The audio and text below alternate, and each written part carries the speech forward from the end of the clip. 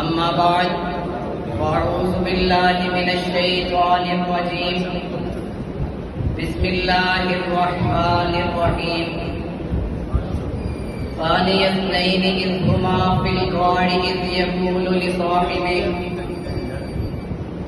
صدق الله العظيم وقال النبي صلى الله عليه وسلم أنت صاحبي في الغار وصاحبي على الحوض أو كما قال عليه الصلاة والسلام۔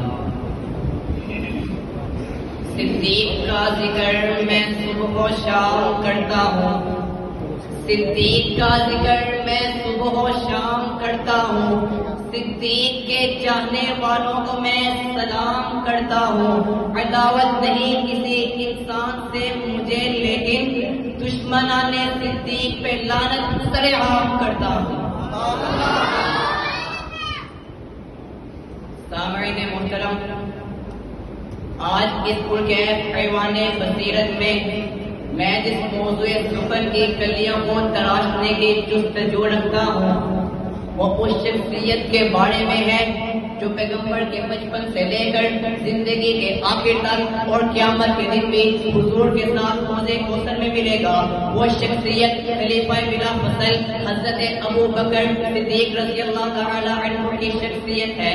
سامعین محترم، اگر چند ساعتوں کے لیے نظر گہری اور فکر سنہری کی جائے تو یہ بات روز روشن کی طرح واضح ہو جاتی ہے کہ اس محدود وقت میں شان صدیق اکبر کو بیان کرنا مشکل ہی نہیں بلکہ ناممکن ہے، کیونکہ جس شخصیت کا مقام افضل البشر بعد الانبیاء ہو، جو عتیق اللہ من النار کا مصداق ہے، جو ارجع الناس کا پیکر ہے، کیونکہ جان نشین پیغمبر، امام صحابہ، وکیل صحابہ، نقیب صحابہ، سالار صحابہ، وفادار نبوت، جاڑےگار نبوت، رازدار نبوت، رقیق القلب نے اسلام کی حسین چاندنی کے پھیلنے سے پہلے ہی بت پرستی، برے کام اور شراب نوشی جیسی غلاظتوں کو اپنے اوپر حرام کر رکھا تھا۔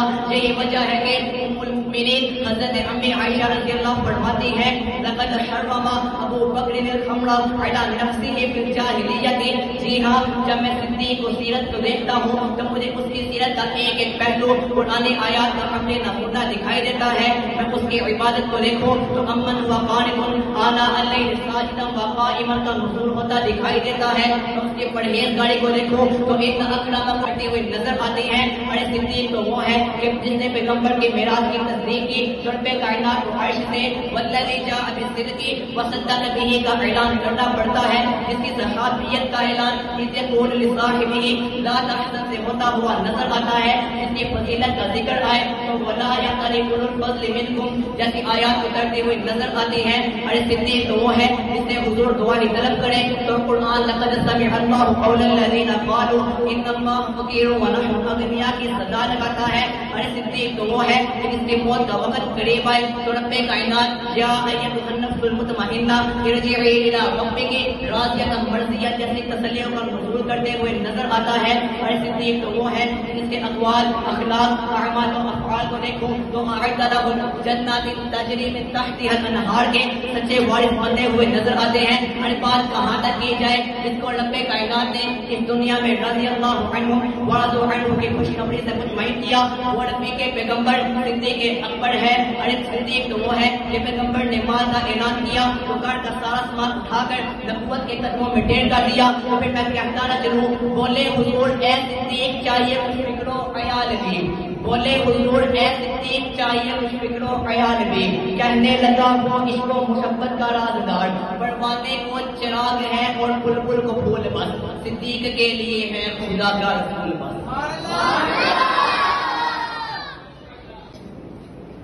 سامعین محترم، یہ تو میرے رب کریم نے قرآن میں جا بجا صدیق کی عظمت کے تذکرے کر کے اس کی عظمت کو چار چاند لگا دیے۔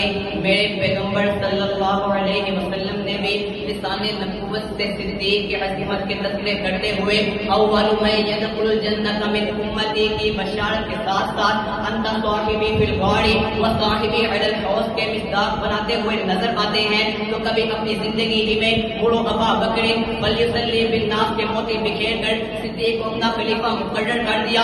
ارے قربان جاؤں میں صدیق کی خلافت پر جس نے اپنی خلافت میں نبی کی وفات کے بعد اس ماحول کو ایسا سنبھالا کہ رہتی دنیا اس کی مثال پیش نہیں کر سکتی.